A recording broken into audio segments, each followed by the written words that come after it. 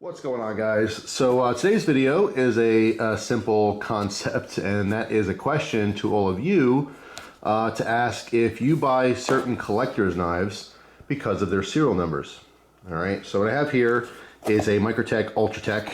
All right, it's the standard 121-1T, and this is a knife that I've actually already owned, and I just traded for it because of the day that it was made. All right, well, not the day, but the month and year.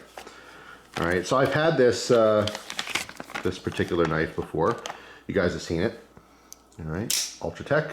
This has the dual tone blade, the black with the satin. Give a quick little zoom on here. All right, and the only reason that I trade for this, I mean, it's a good knife and everything, but you know, when I get trade offers for knives that I've had or even I currently own, a lot of times I'll just pass on it, you know, obviously, because I already own them, or I had them, and I just don't have an interest in them anymore. Even though they're fantastic knives, I just always want to try something new. But there's only one reason why I ended up trading for this one, and that is because the day that it was made. Well, again, the month and year. So let's zoom in, and you can see it right there. This was made April 2020. All right, so this is the 4/2020 Ultratech. Now, to a lot of people out there, it means absolutely nothing. I find it hilarious because that is a huge stoner holiday. Now, this happened to just stand out to me. You know, 420 every day is a happy time for some people out there. And of course, April 20th of every single year happens to be a big pothead holiday. But April 2020 was like a really big deal for a lot of people. And so when this person was showing me pictures of this knife, I thought, like, because they asked me if I was interested, I'm like, oh yeah, sure. You know, I can always use an OTF in the collection. They constantly come and go. They're great trade items and stuff. And I was kind of on the fence about it a little bit until he sent pictures of the back of the pocket clip, and I happened to notice that this was made April 2020. So whether that stays in the collection or gets traded off again, I just thought that was funny. You know, just I guess it's immature, just like 69 is still funny to me. Doesn't matter how old I'll get, it'll always be funny. And because of George Carlin, number 70 will also be equally as funny. And that's either you know or you don't know. But anyway, you can post in the comments what I'm referring to with George Carlin. Now, besides the serialized numbers, some knives, again, like in this case, they have the date of manufacture on it. That could be an interesting, you know, certain dates that mean something to people. It could be your birthday. It could be a lucky number or something. Some people collect prototype knives, specifically like Benchmade prototypes.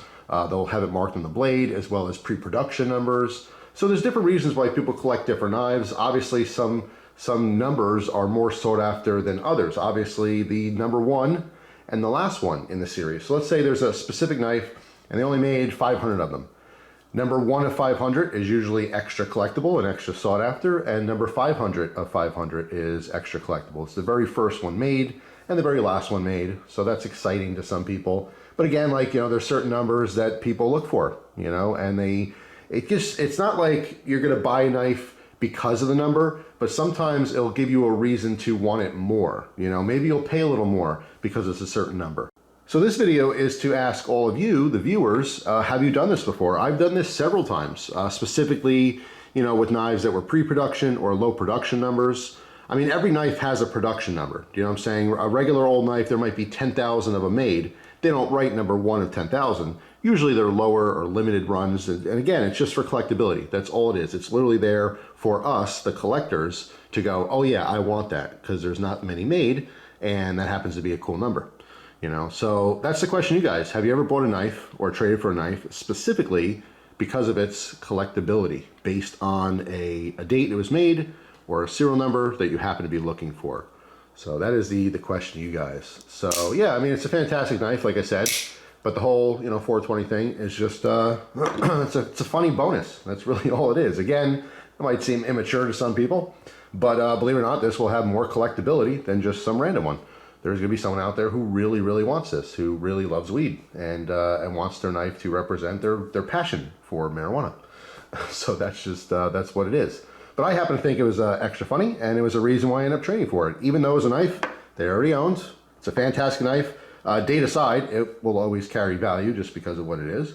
So, you know, I'm still happy with the trade. This one is a little bit used, and the previous owner had sharpened this, and they wanted me to do a cut test. So stay tuned because I'm going to do a separate video on the cut machine, which some of you guys probably remember. So yeah, that's pretty much it. So let me know down in the comment section, do you collect knives specifically based on their serial number or their rarity? You know, just I kind of want to hear from the collectors out there. I get a lot of feedback all the time from the users. Oh yeah, I love that knife. I use mine all the time, carry it to work, carry it here and there. But I want to hear like just the collectors. It doesn't necessarily mean you don't use your knives. It's just there's a lot of people out there that have knives pristine in a box, number 1 of 200 or whatever. You know, they put on the white gloves to handle their knives and they're in a big old safe. I want to hear from you guys because sometimes you guys are quiet. So let me know in the comments, all the collectors out there, what you're collecting and why. So yeah, that's pretty much it. Thanks for watching, guys. Hope you have a fantastic day. Also, let me know if you happen to rock an OTF in your EDC. Where do you live? Can you do it? Can you not do it, but you don't care? I think all knife laws are completely dumb. But of course, I do always recommend you follow the laws. Anyway, I mostly do that. But maybe one day they just won't be here anymore. No one will care what kind of knives you have. That's the future I'm looking forward to.